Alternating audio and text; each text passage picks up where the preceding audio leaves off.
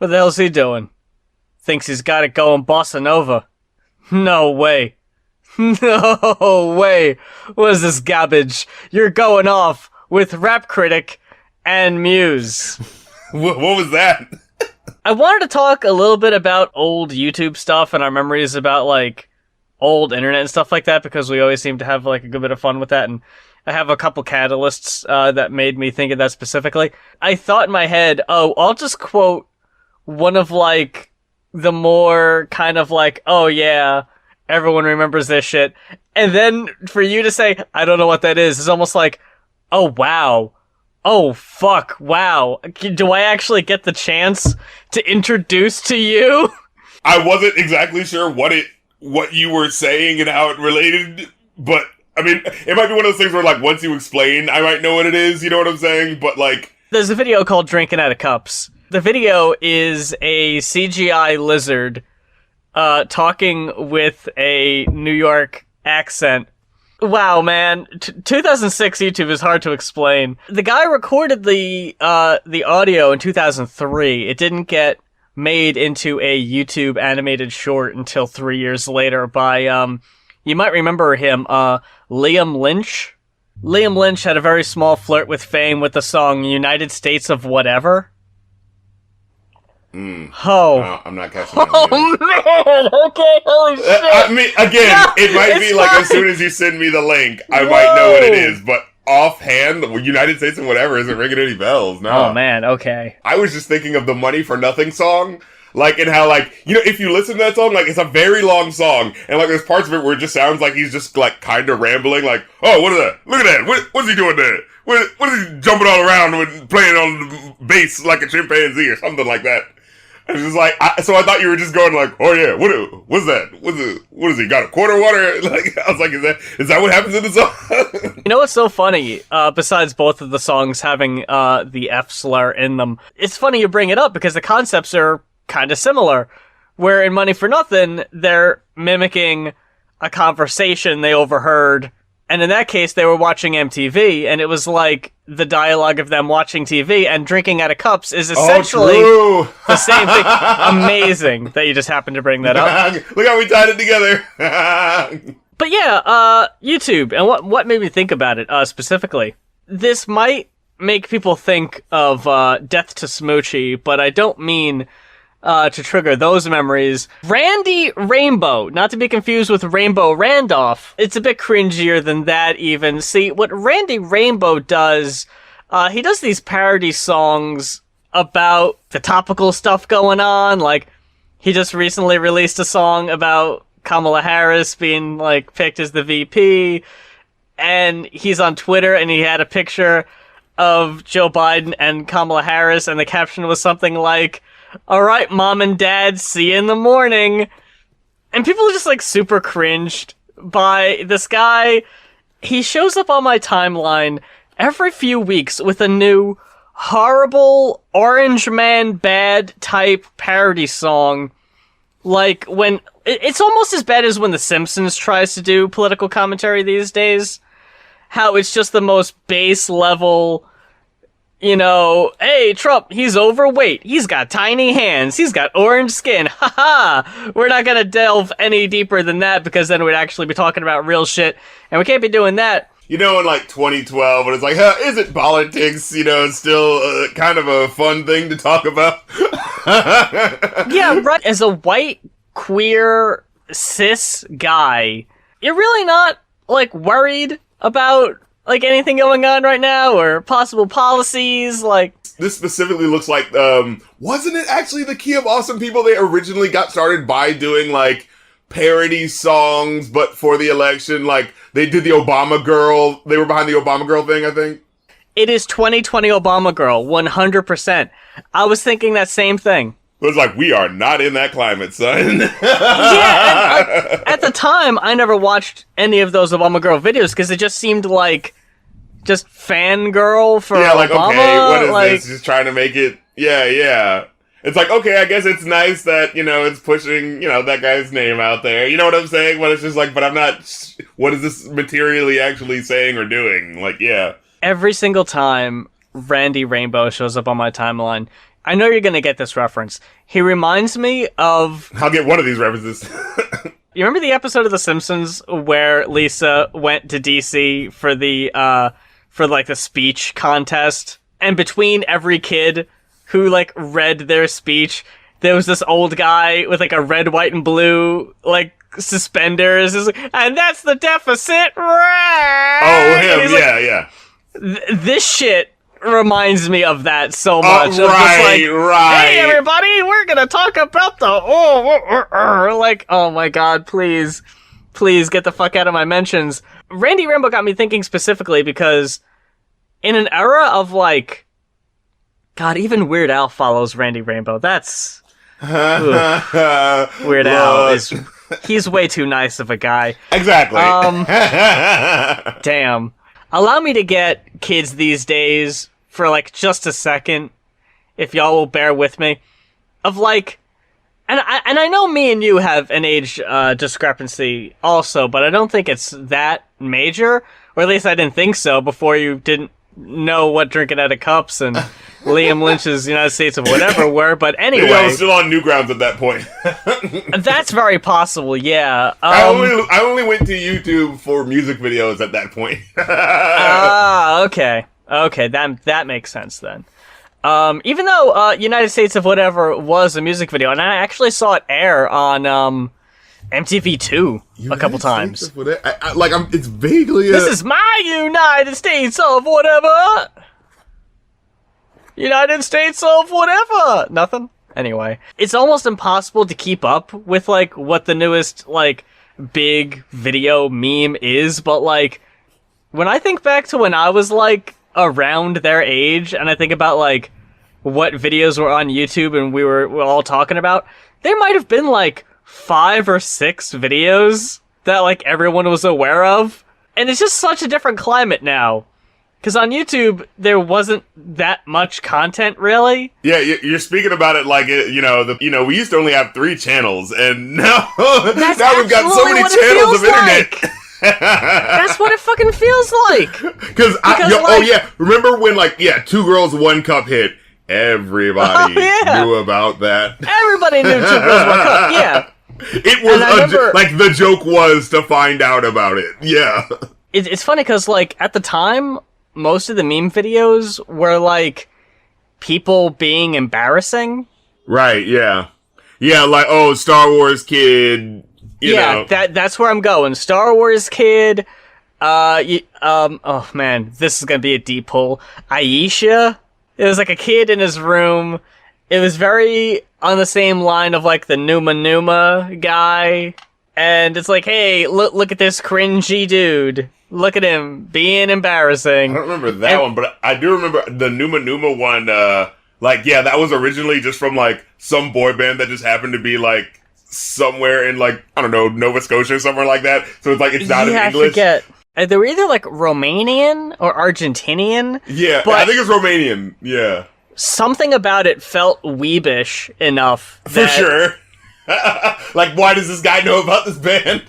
The music video does have them, drawn in anime style, so they know what's up. But after a while, it was, people making content specifically for the purpose of being seen. I know that sounds weird because it's what everyone does now. I get what you're saying, but yeah, there was a time where it was you go to YouTube, you're oh, did you see how that dumbass failed in that, fail video or skate video or something like that? So much of it was found footage. Yeah. There becomes a certain point, where it switched over. It's I'm making this video and I want you to see what I'm doing. Yeah. And I know, that sounds wild because, why wouldn't you do that? If something was entertainment worthy, it was usually either something that a big company could produce and put online, or it was an animated Flash thing. You know what I'm saying? Because animated Flash, that was around, but again, it was also very cheap. But that was the only sort of the main sort of planned content, I guess. Everything else was either a video of something famous that you wanted to check out, or look at this dumbass failing. I think that's the biggest problem with memes today, is that corporations got involved. Oh, I think it was this one meme where it was I don't know, it was some billboard I saw that was yeet your way to some McDonald's or something like that. Yeet a fucking McNugget into your fucking face. Like, you're not even asshole. trying. Oh man, McDonald's got my number. They know I was craving a McNugget. That's why I really like that Megan Thee Stallion copyrighted her Hot Girl Summer shit. It's like, look, I don't care if it doesn't ever get used again. You're not fucking using it. You just reminded me of two separate things, and my brain just fucking split like you were tearing a piece of paper. Go off, King. I never, in any format, really voiced my displeasure of Hot Girl Bummer and how I think it's like the worst fucking song of the year. Made that? Isn't it like Bareface or something? No, don't besmirch the name of Bareface. It's fucking Brockhampton. Like who was it? There are very few songs that repulse me in a way that if I hear it, even for a second on the radio, that shit is getting switched so fucking quick. It's so dumb just from the title, like, ugh. Oh, yeah, it's like, get it? It's so tongue-in-cheek, but just the, oh my god, it's so... Ooh. This is to Hot Girl Summer as No Pigeons is to, No Scrubs, but much worse. I think it's like once every 3 years we gotta mention Sporty Thieves until we land that coveted Sporty Thieves interview. Ooh, exactly. But the other thing you reminded me of talking about Flash animation, because Flash animation I think is, or Flash as a program is being discontinued this year or next year. It's like, that's the fucking end of an era. Two of my earliest memories of Flash shows that I watched a lot of, and these are on two very opposite sides of the spectrum, and I'll explain. Homestar Runner. I will say I actually missed Homestar Runner. I never saw that, so I didn't get any of those references when like someone would make a video about it and just be like, what? I was watching like, what was that? Fucking Singing Horse or some shit like that, and fucking what was that goddamn thing? What, Charlie the Unicorn? I think that one, and also throwing a gerbil in a microwave. Oh, well, yeah, this fucking Joe Cartoon shit. Yep, I was there for that, and also a new bunny, but that's another conversation. Anyway, you were going on about your thing. Oh, yeah, that's right, I forgot you said that. That's another one of those things that'd be very hard to explain to someone who isn't aware of it. It's either... It really is, and I know this sounds pretentious, it's really either you had to be there kind of thing. Because if someone were to try to watch Homestar Runner today, I don't think it would click, but it was just the right place, right time. And the other one is Neurotically Yours and Foamy. Oh, Foamy, yes. Immediately, there was that feeling of like, I'm here for the funny, silly squirrel. Why do we keep focusing on the chick getting big boobs and stuff? And it's like, why is that important? Those fucking later years, or at least what I thought were later years. It's sooner than I think you might remember. Cause like, I remember it being like during the height of like, yeah, when I should like know who this is, but then being like, no, is this what people are talking about? Like, it felt like that, you know what I mean? Like going into it, you know? Again, right place, right time, edgy, edgelord, try hard, 14, 15-year-old me. Oh, absolutely. Yeah, jamming in new metal and fucking getting on new grounds. Oh, I mean, I never got into the new metal, but I remember watching it a fair amount, thinking it was kind of funny. I bring it up because recently, out of complete curiosity, I was like, I'm sure those are on YouTube. Right? Mm-hmm. Let me just check it out and see. And I watched one of the, like, Jermaine wasn't in that episode. Like, it was just Foamy ranting about a thing. He was talking about, like, SJW culture. And I was like, wait a sec. Oh, no. When was this uploaded? Oh, like, 2017? Mm-mm. Oh no! Oh no! It's still fucking happening. Are you serious? Yeah. We're still doing the I want to voice my opinion on all these things, but I'm gonna pitch shift it and be a fucking squirrel doing it. For really? all the OG Foamy fans out there, you know? Like they haven't moved on? Are you kidding me? Who's this for? Maybe him and Fred could do a reunion tour. Oh man, fucking leave Lucas out of this. Annoying, high-pitched voiced people. Annoying Orange, Lucas, and Foamy. Last week, I told you and the listening audience about what I refer to as a Rocket Mortgage commercial that was parodying Two Princes by Spin Doctors. Mm-hmm. A listener on Twitter actually recorded their radio in their car because they heard it too, and it was State Farm.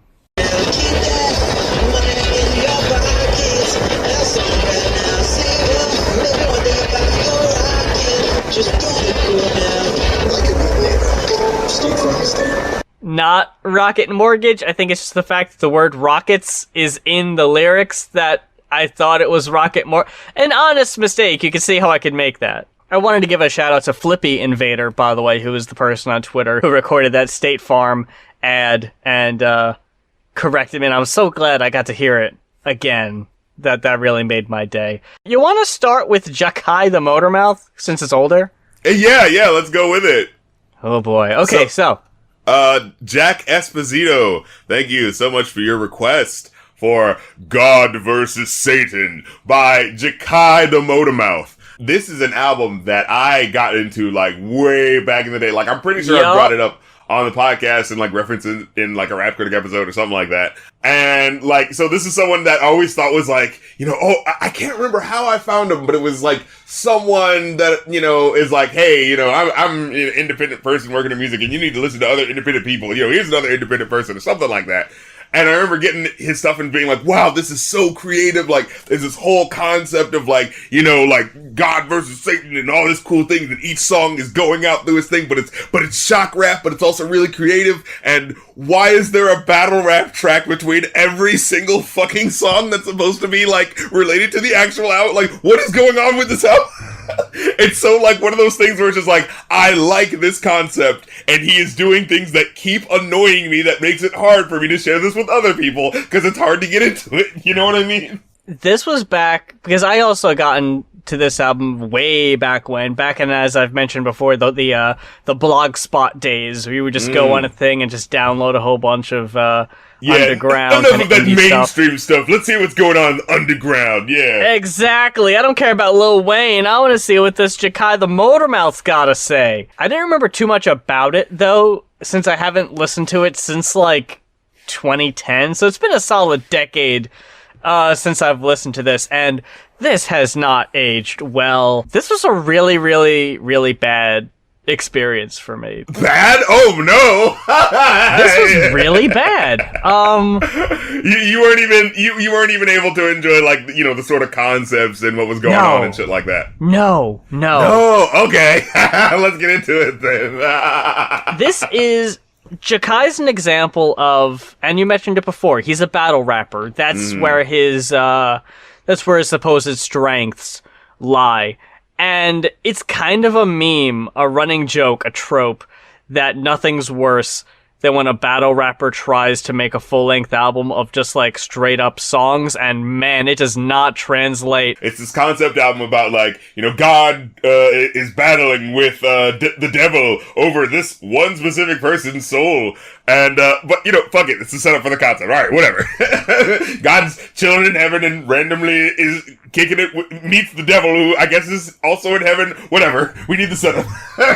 You've all seen the Mystery Science Theater 3000 short, where the devil and an angel randomly decide to pick one bread salesman and try to tempt him to go against he's such a straight-laced salesman, I'm gonna try to have him cheat people out of money. Haha! He's not gonna listen to you, he's gonna stick by the rules, and he's gonna do what's right. The rapper du jour is gonna be tempted by these 6 different scenarios, and if he falls for the temptation, then the devil gets a point. If he doesn't fall for the temptation, the devil loses a point. So that's the general setup. So then we're like, okay, yeah, let me show you what this Jakki Tha Motamouth guy sounds like, so you can, see just how evil he is. And God's like, well, I don't know. I think there might be a little good in him. Let's start the test.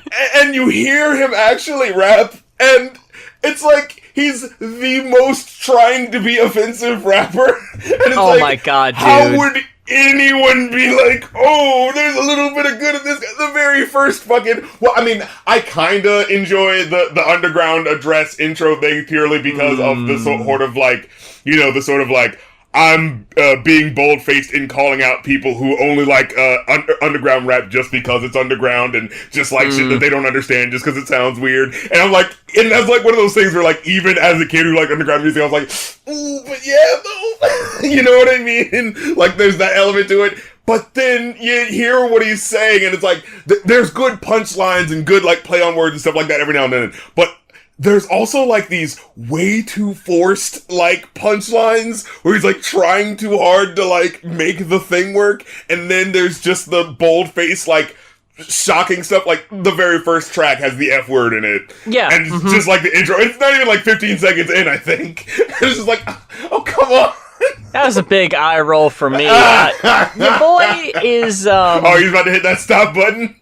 Oh, man, look... By radio friendly, this guy is already trying to be like... You know what's funny? He reminded me of Joe Biden in the sense... You remember how... Well, they're both fucking creepy assholes, but you remember how for a while there, Joe Biden would say, if you don't like me, vote for the other guy.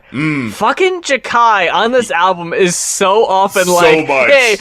Turn me off, listen to someone else if I'm too much for you. Like, can you fucking not, dude? What about the people that are here for it?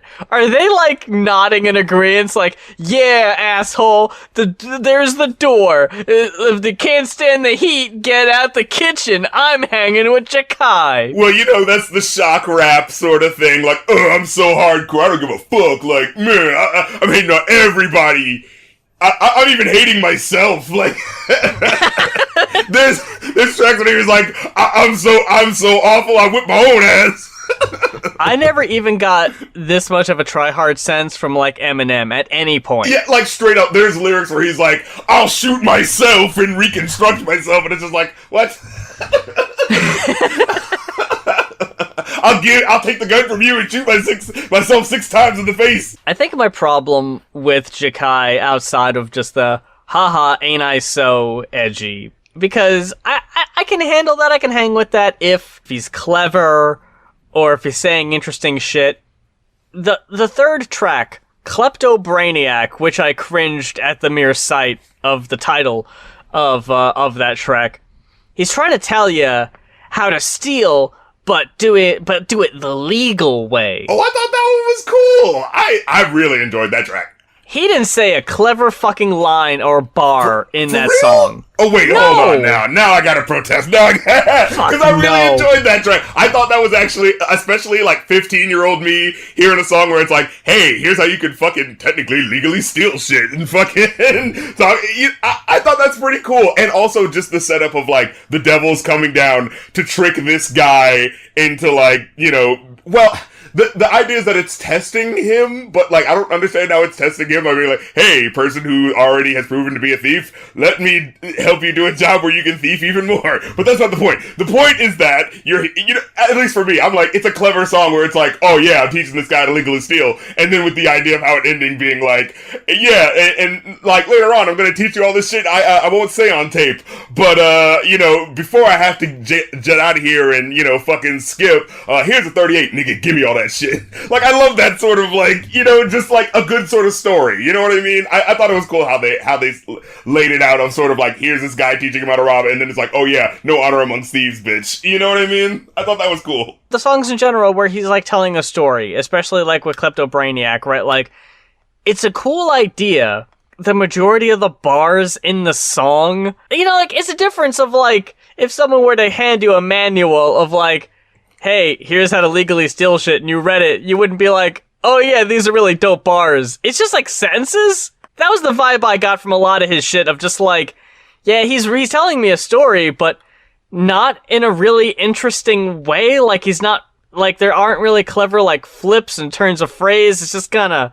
You know, you are specifically talking about his style, like, of, like, rapping, which is, yeah, very, like, I'm just saying the thing, and then, like, whenever, like, he doesn't try to, like, make things flow, it's just, like, I'm saying this line, and then I can just record over it what the next line is, instead of, like, making it as cohesive, which does allow him to be very wonky with how he's actually laying out what he's saying, which I can definitely see how it can take people out of the song. Originally, I was thinking, like, man, if you got, like, maybe one or two of these, like, battle rap tracks, I think there's, like, one or two that's actually really good, like, Stage Fright I enjoyed, because you can get the idea of, like, what's going on in the song. Oh, I'm trying to piss off this guy so that he fucking leaves the stage and doesn't even feel like, you know, he has enough confidence to face me. Like, okay, that's a coherent thing, I can get with that, and they lay that out in interesting ways. But yeah, and fucking, like, Radio Friendly, I think it's like, in that one, he says, yeah, you better check your game, cause I like to punch bitches that reject my game. Like, what?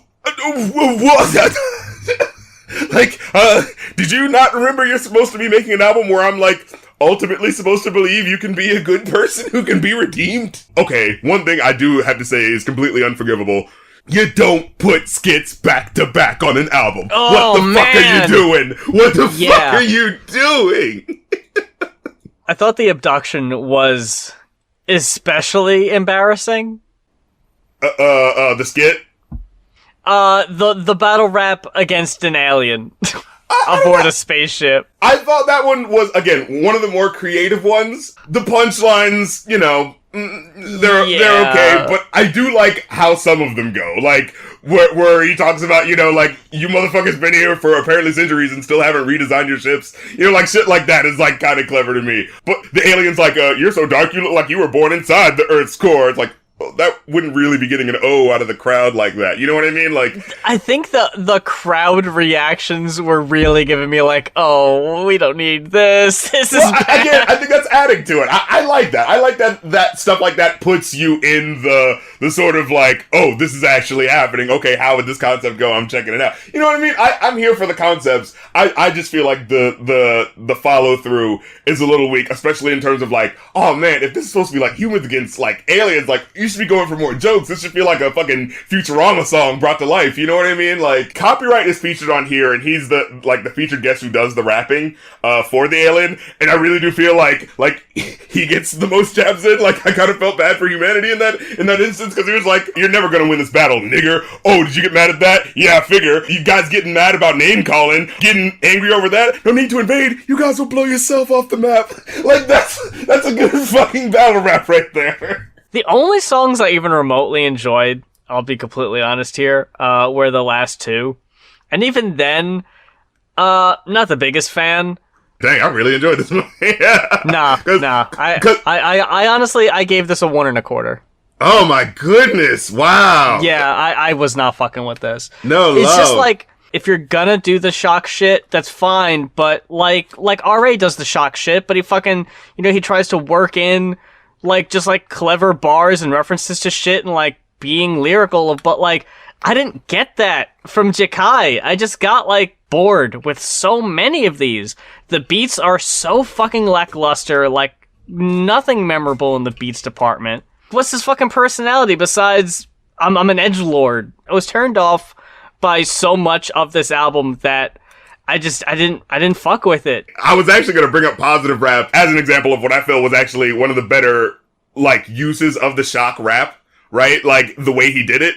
Because, okay, so this song is about him, you know, finding out that he has AIDS, right? So basically he talks about doing all this horrible shit, running trains on all these chicks, you know, robbing a bank. He lets off his gun and accidentally shoots 2 kids or whatever. The rest I left, fled to the flat, contemplating what I did, feeling remorse for dumping shots on little kids who never had a chance at life. What the fuck was I thinking? I made this bed I sleep in. I woke up as a weakling. Like, I kind of like the sort of, like, having that revelation of, like, you know, I don't give a fuck. I'm gonna do whatever the fuck I want. And then just sort of like, oh, wait a minute. That was actually really awful. Oh, shit. Fuck it. I'm gonna die, and that's just how it's gonna be. And, you know, I'm gonna do whatever the fuck I want. Who gives a shit?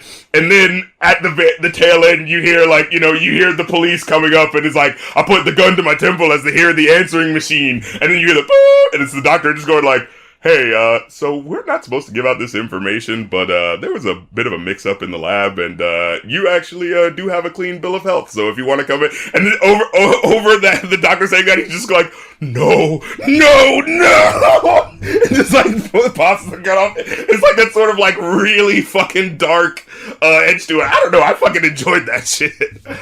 Such a fucking slog to get to the fucking clever shit, though, for me. I honestly don't even remember that. I was so tuned out. I'll be completely honest with you. Like, I hated the dude's voice also. Yeah. His goddamn lisp was so distracting. It gets a little Mike Tyson. It made it really hard for me to listen to that way. If we had, like, basically half the fucking track listing, which, again, makes it really goddamn unfortunate, because that is part of it, so you have to take that into consideration, right? But, like, I really do feel if this was 6 tracks about these scenarios. And think about that now. There are 6 different scenarios, which means there are 6 songs in which those scenarios happen. To give you a clue, this album has 21 tracks. No. So, like, come on. Dude! Dude! Even if there were skits, this album track listing should be maybe 12 or 13 tracks. You know what I'm saying?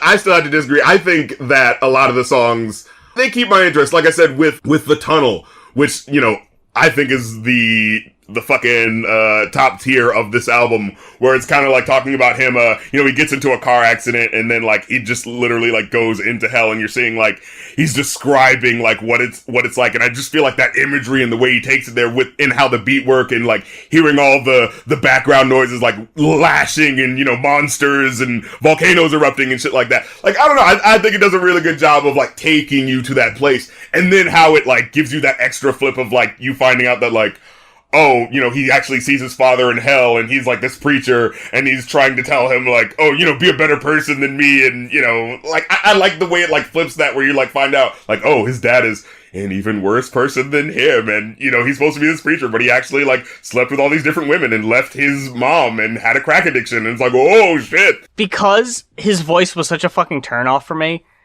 and because there were only lyrics to like 5 of these songs online. Yeah. This album was really hard for me to follow. And I will be completely honest, and I feel bad for was it Jack that requested this?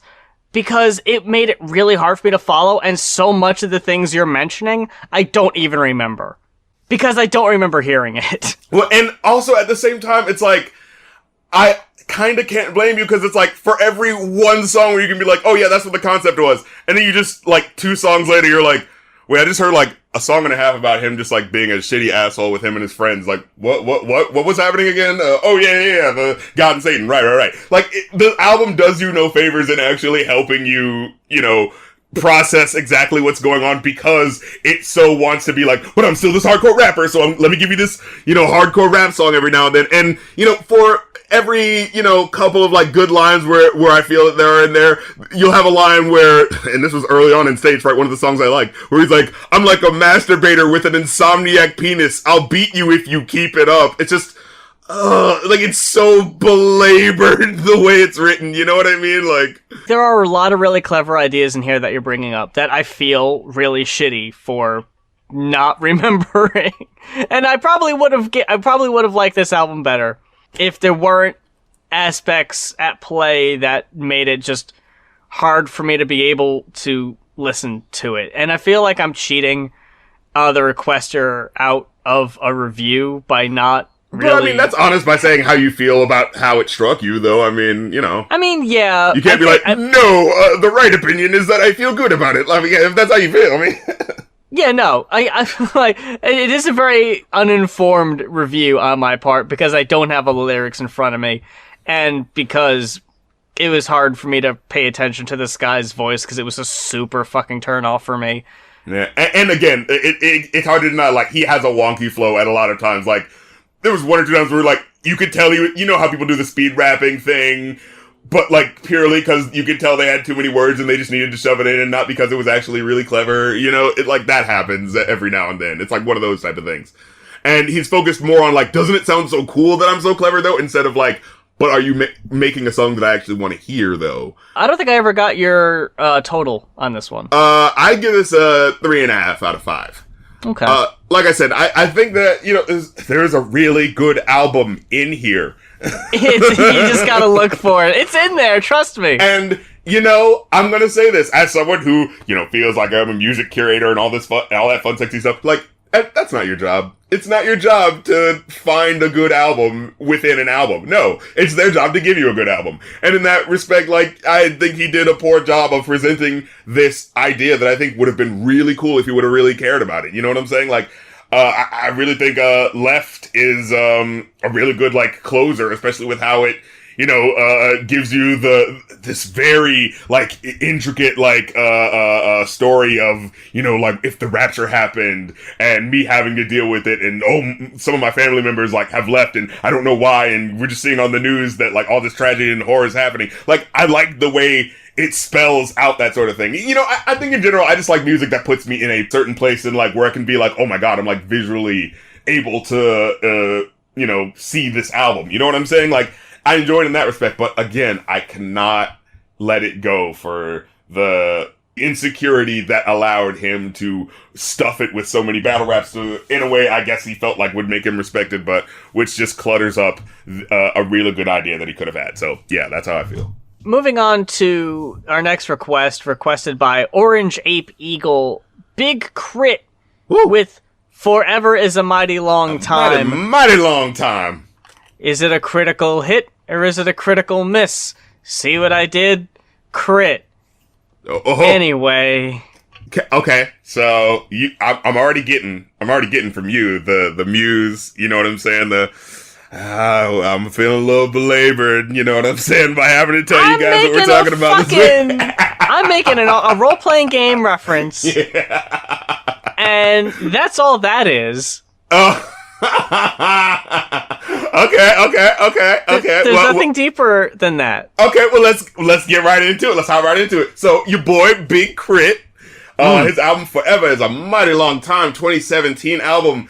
I, as someone who has not actually, I will confess, listened to a full Big K.R.I.T album before this, because for me it was like, I remember hearing a couple of his songs when he first came out and being like, whoa, this guy's really creative. He had that, like, vent song, I think, where he's just like, hey, I just want to vent for a while. And it's like him just floating over the track, like, whoa, I really love this. This is really cool.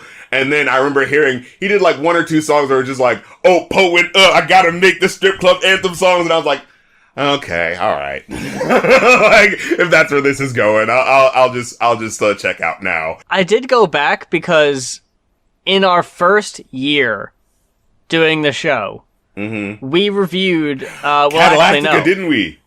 I'll rephrase that, because I even say in the review that because it was around the holidays and because my work schedule was really, really demanding, I didn't review the album. You reviewed it by yourself. I didn't even get a chance to listen to it. Dude, I forgot that what did I say about it?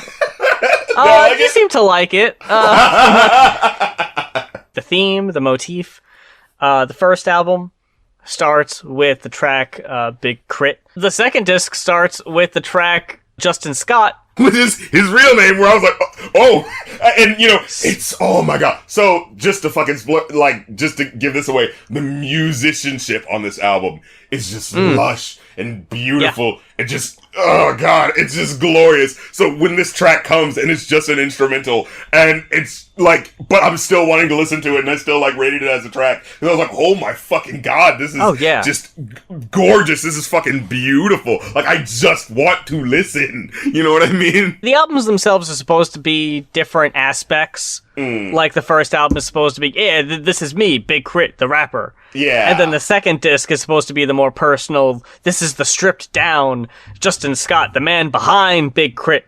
So that's why the albums start with his name, and I don't really know if I got that much of a difference in feel. Me neither. And I hate it when rappers, like, they push this, like, oh, it's a double album, and I'm trying to prove a point about the, like, but Arya, like, Tech Nine does this all the time, where it's like, oh, the angelic, this part's about heaven, and, this part's about limbo, this part's about hell, and, well, I didn't really have enough time to make a song about heaven, but this song's kind of, like, has a nice, sweet sample, so it's, like heaven, right? And it's like, well, what were you doing with this concept? and they're all basically songs about you getting drunk and high and having good times. And yeah, there's the serious song sprinkled in, but that was earlier as well as later. Like, you know what I mean? It's the same year where it's just like, I don't even want to think about that because that's not, it's not helping.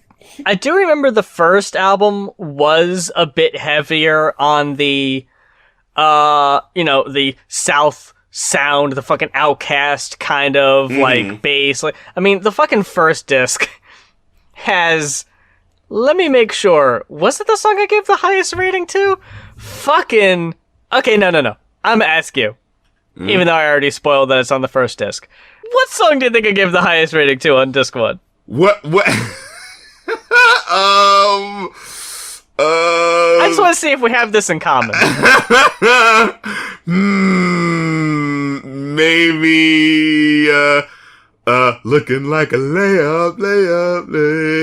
Because that song is so fucking butter. I wrote butter so many times on this review.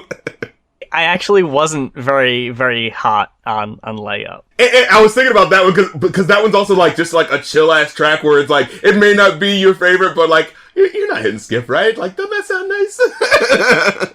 or maybe everybody get your roll on that one. No, sir. That's gotta be Subbenstein! Is that so? Subbenstein! Ooh! Automatic quake, make him automatic shake. It's hard to feel your face. Way on Mars, feel the bass. Make a Martian, make Earth a target to get a taste. Ain't no room for your busted luggage, I'm out in space. In the trunk, once it starts to thump, I can't turn it down. It's too live for the pictures on your wall to survive. Outside talking, keep it quiet. I'ma kill your vibe. 15's like Frankenstein. Watch it come alive. Ooh.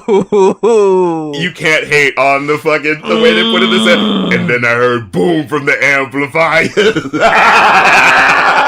God damn it. I love that track so much. That I gave that one a glistening 5. Put that one on the fucking shelf. Okay, see, this one was one I didn't like as much, and it was like, this one's cool, alright, Subbenstein, okay, I see what you're doing. And then when it got to that third verse, where it's like, but it's still going, and now it's even better with how it flips on the thing, I was like, okay, I can't even front on this one. Especially when it gets to the third verse, you hear that little guitar. Oh, there's an electric guitar that just comes in. Yes! It just puts the little bow on so many of these tracks. And you never see it coming either. That's the thing, right? I'm like, oh man, this is really fucking good. And I am feeling I can't wait to see what the next track has to. Oh shit! It ain't done. Wait before you go. There it is.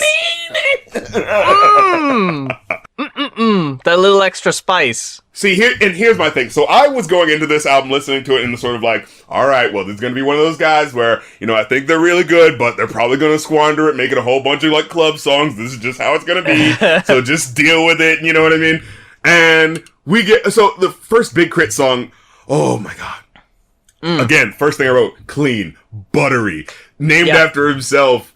And it sounds like he's talking to himself, or either like it's his father talking to him, or him, the enlightened version of himself coming to, after he's achieved samsara, coming to him, now and telling him this is what you must do to achieve, goodness. You know what I mean? Like, but it just sounds so like intelligent. And then it's like, I already have given the song a 5 out of 5, and the beat didn't even fucking kick in yet. Man, when that explosive second verse kicks in and the beat switch out. Yeah. I was like, very rarely this album has a really great opening track and a really great outro track. Fucking Bury Me in Gold and fucking Big K.R.I.T. The fucking bookends, man. They knew what they were doing. When I first heard that final track, and just how the emotion of what he's saying, like, unveiled unto me, the point that he's ultimately making. And then, like, it was just, like, so, like, this is fucking, oh my God, like, this is touching my soul right now. And then I remember, like, when it came time to, like, rate it again, and I got to that track, I didn't even, like, listen to it. I just heard the verse, I was like, oh, fuck's sake, yeah, Oh, yeah, fuck, Bury Me in Gold, 5. But, yeah, so, I'm already liking the first track, and I'm like, wow, this fucking buttery, this fucking glittery, I'm fucking loving it. Then we get to Confetti, and I'm like, oh, yeah. It's, all right, yeah, your confetti ain't even heavy, nigga. I'm like, okay, he's got to make he's making the club song. But dude, as I'm listening to this song, as he fucking, oh my god, he made me like this thing that I was like, you know what, you felt the transformation, like, as I'm just like, oh, confetti, your confetti isn't heavy, the confetti is supposed to be like, what are you talking about? And then by the time he gets back, where he's saying like, when you living that high up, it's hard to see the tension, and I'm only selling game, I'm all out of sipping, grip the foreign like a trophy, gotta hold it steady, fuck your party when your confetti ain't even heavy, nigga. And I was like, oh, okay, I'm here for this shit. I fucking got snakes come, chop their heads off, cobra clutching on a meal ticket, motherfucker if you feel different. Ooh. I caught a break, no debate, and you still fishing, the genie out the bottle, and you still wishing on my downfall, cause you petty, confetti ain't even heavy. Ah! Ah! He's so smooth. I can't even, dude. Oh my god. Do it. Yo, this other fucking lyric where he says like, accounting like you got a check, spend it when you ready. I'm giving niggas hell, pray I make it to heaven. Nailing the coffin, the cost of him being off it. Balling since I was in cross you. Winner's circle is my office. And the way he just says it so, like, he just says it so, like, offhandedly. Like, oh yeah, winner's circle, my office. Like, you know. It's known. The winner's circle is my office. God damn. Just the fucking... You're taking like a silent movie ass spooky... Whatever that fucking... You know what I'm talking about. Misterioso, pizzicato.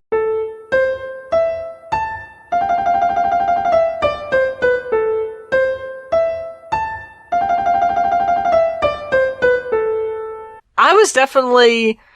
And not by much, but I was definitely rocking with the first disc considerably more than the second disc. Only because some of my lower rated tracks are on the second disc, and I think my main problem with, and my emotions and feelings with this album are, when Big K.R.I.T is on, he's really fucking on.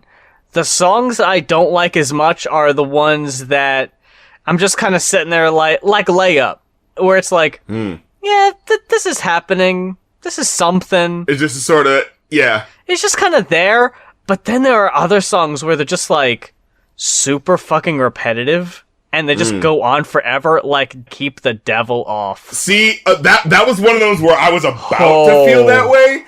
But then, like, where it came back in with the organ and shit, and I was like, I don't know, man. Okay. It's so long. It went on forever. I just couldn't. Again, I think that's one of those moments. It's like, if you're rocking with it, you're rocking with it. And I feel like the musicality with this music, I wanted it to play forever. So I was like, you can keep going. I was like, you know, like, I wish there were more words happening here, but I'm not gonna hate. You know? It's just like they're repeating so much of the same stuff. The music is fine. Same thing with the next track. Like, 6 minutes, and it's got cool musical ideas, but, like, it's so drawn out, man. Like, I'm not rocking with it for 6 minutes. Yeah, that one was... That's too long. And it was dipping more into the Outcast sort of, like, specifically Outcast sounding with the, you know, we got a love and hate relationship, I know, you know, with the little nerdy sounding Andre 3000 sound, you know? Yeah. But the times, and, like, I'm not gonna lie, I don't mind that he actually sounds like, you know, Big Boy and stuff at certain points, because I'm like, fine with that. Hey, they're not fucking doing it anymore, so I need someone to do it. No. Yeah.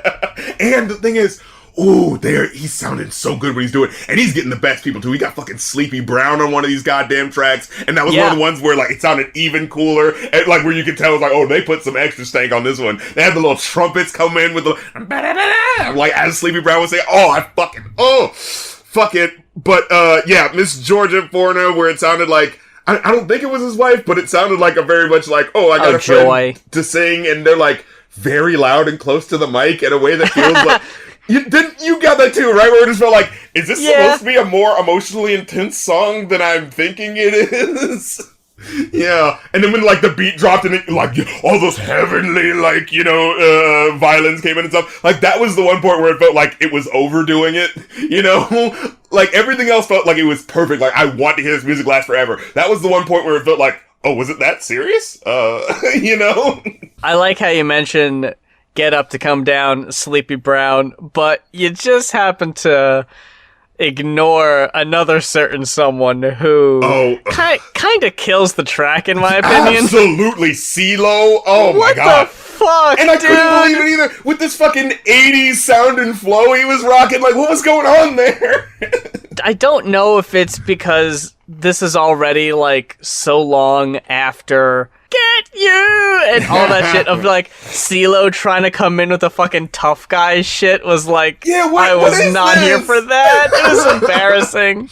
Like, I mean, alright. Like, I guess. Yeah, that would have been a much stronger song if he wasn't on it. Absolutely. No, for sure. And, speaking of which, if we're gonna talk about lackluster verses, I didn't like T.I.'s verse on Big Bank as much. I thought, Yeah, I thought fucking KRIT rocked that shit. The hook was a little weird, where he was like, it's like, motherfuckers, he said, motherfuckers never stop my, and then in the background you hear, stop, shine. And so he's saying, motherfuckers never stop my shine, but someone's saying stop in the middle, so it just sounds like, motherfuckers never stop my stop shine. And I'm like, never stop my stop sign? What is he saying? And then, I got shining on rerun. And I'm like, does he like that horror movie or something? Like, I mean, I guess it's good, but why is that important here? On rerun? That's funny. I didn't even think of that. Yeah, I think he was talking about one of his own songs, but it's just like, how do you expect the average person to know that? It's just gonna sound like you're saying you like The Shining a lot. T.I. was sloppy at worst and mediocre at best on that track. He didn't really add too much, but I get it. You gotta have the fucking Southern dudes on there representing. I gotta talk about another fucking chorus I didn't really like, or another feature I wasn't a big fan of. Ooh, we might have the same idea going into this next one, because as much as I love this album and the production and all that shit, I was feeling this shit to the goddamn max. We get to track 5, and it made me have some doubts. Oh, no. 1999, featuring Lloyd. And he gets his own verse? No. Oh, man. No. I remember Todd mentioned how he didn't like Lloyd in, some, worst of, episode thing. And I remember thinking, he's inoffensive. I just don't think about it. You know what I mean? He is an R&B singer that's out there. Bobby Valentino, Chris Brown, Neo, he's just among the bunch that Lil Wayne did songs with in the mid-2000s. He's just one of those guys. You know what I mean? Right. But then, man, just hearing this hook, we're like, go back that ass up like it's 1999, girl, back that ass up like it's not. It's like, didn't we already hear this song with Drake or something? Are we really doing the juvenile reference? And originally I was gonna be like, Big KRIT, you had to make the hit, didn't you? You had to write a hook like this, didn't you? But then you hear Lloyd's verse, and you're like, oh, I think Lloyd wrote that hook, because this sounds like his level of writing. Yeah. God, that really did sour that first disc. And we were doing so well, too. Fucking flawless, and then that. And it's such a weird moment of wow, the rapper is smoother than the singer. That never happens on a track. Usually it's Pharrell is singing all the cool shit, and the guy's like, yeah, bitch, I bought you the Dom Perignon and I sucked my dick. But here it's him yeah, I kiss titties and I suck toes, but I'm also hardcore and I fuck you up if you fuck with me. And it's what? Where's this coming from? Meanwhile, he's talking about KRIT is giving you this complex shit of hey, I know you're a stripper, but I'm okay with that. I just appreciate the work that you do as a sexual being and da-da-da. You know what I mean? He's giving you this complex thing of oh, okay, I can see that. And then it's bitch, let me suck them titties. It's Lloyd, come on. KRIT's trying to class up the joint. Going on to Ride With Me featuring Bun B and Pimp C. Now, Ride With Me, I thought was fucking clean. I heard that. Oh, you weren't feeling that one as much? Well, no. For the most part, I was. I really like the Pimp C chorus. Very slick. This sounds like some fucking Curtis Mayfield shit. Yeah, I love the fucking beat in the instrumental. Ooh. The only thing, I just really wasn't feeling Bun B's verse. It kind of was I I thought it was cool. I thought it was like again, it's not like the super lyrical, but it's that sort of like he's so relaxed in his flow and what he's saying, and it's like, you know, that big southern drawl that he had, like that's like the big like thing that gets you. And it was like, as I was listening to this song and I saw like, oh, UGK's on it, and I remember being like, wait, where is Pimp C's verse? Like, would they not have like a posthumous verse for him? Well, they said UGK and they said Pimp C's on it, and I think he does the hook. And then I was like, I remember getting to the end and like, I feel like I heard a Pimp C verse though. And then going back, and I was like, oh, that was just him. I was like, holy shit. I was like, yo, can they do an EP together? Like, I was actually really feeling this shit. And it's specifically because Bun B and Pimp C, I feel like they're sort of like the more down-to-earth Outkast of the 90s, right? Like, you know, like if Outkast was just two big boys, like, you know what I mean? And so it's like, you know, that they may not meet on the more like whatever intellectual level, but they're still like, you can tell they hold their own lyrically and they're not stupid guys. You know what I'm saying? Like, and so I like that they bring that sort of like respect to it as you listen to their verses. You know what I mean?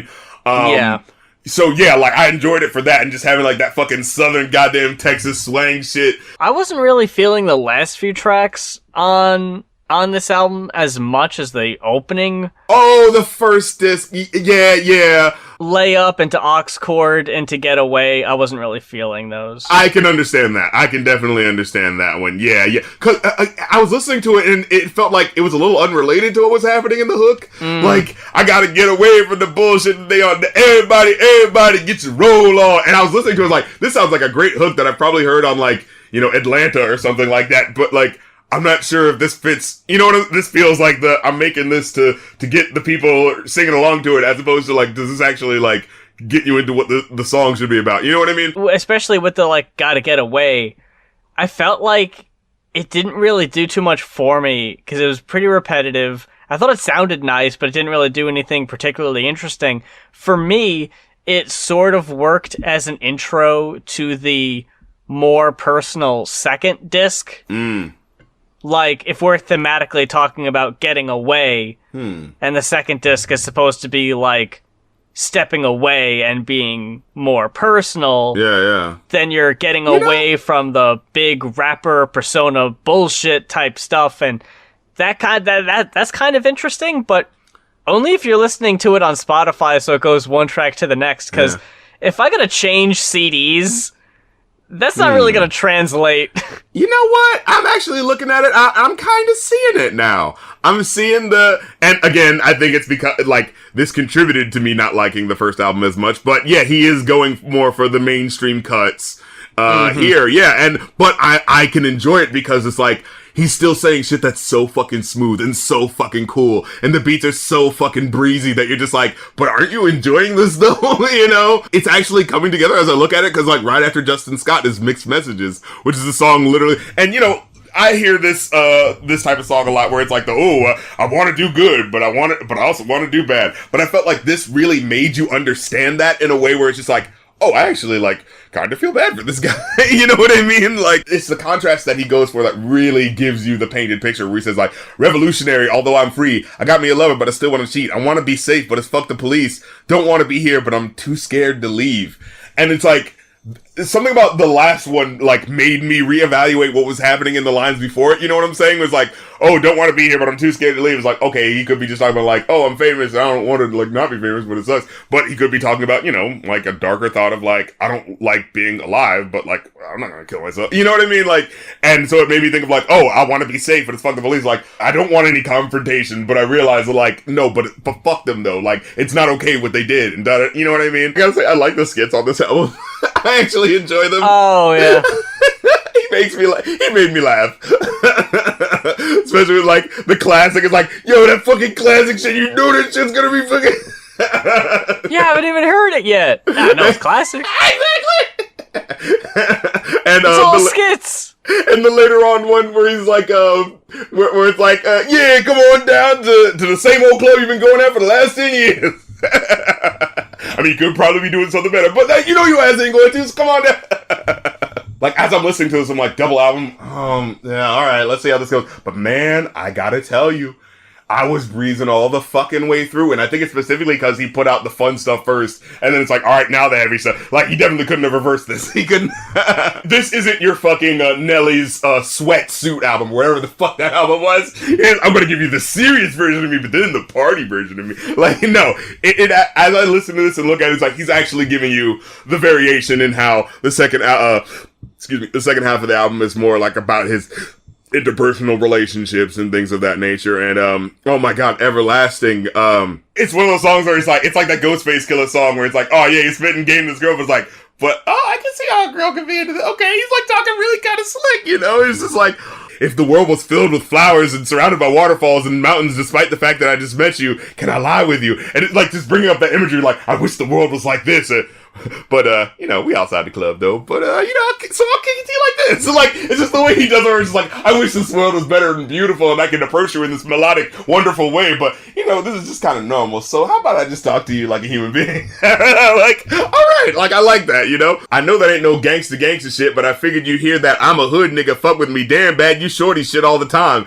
Don't get me wrong, that was me as a teenager, but I'm grown now and I think you deserve a better line. And he says, and then he goes, but not lying like spit game, more like spiritual flames to ignite the natural high that we got. I know your homegirl told you don't fuck with them country boys, cause we all players, but we all not.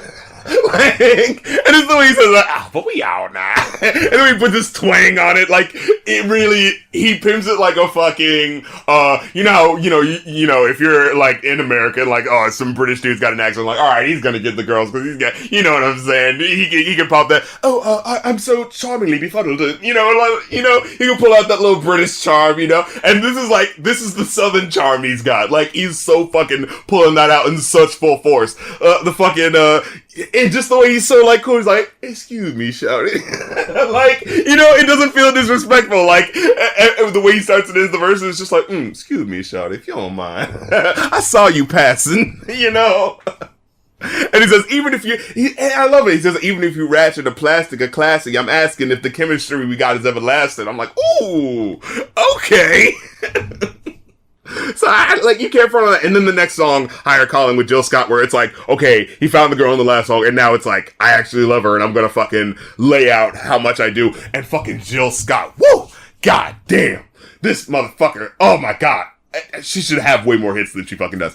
But oh my god, yeah. The way she lays out the emotion, and like, you know how usually, when fucking Lloyd was cussing on the track earlier, it's like, oh bitch, I suck your titties, and I'm such a hardcore rapper by cursing, and you know, like, I don't like that. I don't like it when motherfuckers feel like, in order to be adult R&B, I have to add curse words in it. It's like, no, it's like, make me feel the emotion of you while you're singing, and you can add the curse words in it, so it gives it that emotional gut punch like Jill Scott does here. She's like, it's like, I treasure each night to know that you exist in the midst of all this shit. Like, oh, the way she just laid it out was just like, I feel you, Jill. The fact that you exist in the midst of all this shit.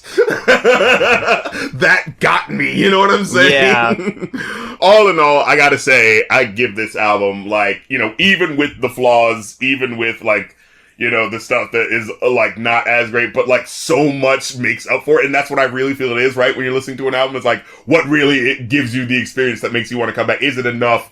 Like, are you getting enough versus the stuff that maybe isn't as great? Because, you know, dares you, and you know what I'm saying? And, like, straight up and down, I personally gotta give this one a 5. Like, I am fucking rocking the shit out of this goddamn album. I can't say I got to that point, which I know it's gonna piss off some people. Hating ass Muse. Once again. You were the guy Jakki Tha Motamouth was talking about in my first album. It's somewhere between a 3.5 and a 4. When you got a double disc with this many tracks, it's kind of unavoidable. Anything that is a double album is automatically going to be, you know, have most people going like, do I really want to listen to? But for a double album, this holds my attention so much that it actually really took me aback when I was like realizing like I'm still listening to these tracks and I don't actually like want, like, maybe I'll skip 1999, but like, no, I don't really feel the need to, you know what I'm saying? Like, I was getting that feeling of like, even if this song's like not as good, like, but I still want to hear it though, you know? So that was how I was kind of getting the vibe, you know what I'm saying? But that about wraps it up for this week's episode of Going Off. Thank you very much for checking us out. Thank you very much for the folks who requested the albums that we reviewed on this week's show. For those who are not familiar, we have updated our pay scale, just because the queue list is getting a bit unruly. So as of right now, for the foreseeable future, until we get a little bit more caught up, album reviews are going to be $60, and personal albums, that means albums that you recorded or produced yourself, are going to be $70. That's on our Ko-fi, ko-fi.com/goinoff, GOINOFF. We got all our link trees in the description section, rather, so you can check out all our Twitter, YouTube, Patreon, Ko-fi, everything we got going on, Twitch, you fucking name it. We are just about everywhere. Got so many hooks in the water. If this happens to be your first time listening to us, all of our old episodes are on SoundCloud, iTunes, YouTube, and Spotify. So one of those is bound to work for you. And we hope you join us again next week. But until then, for Going Off, free Britney. And I'm Rap Critic. And forever, forever, ever, forever, ever is a mighty long time. But I'm here to tell you, there's something else.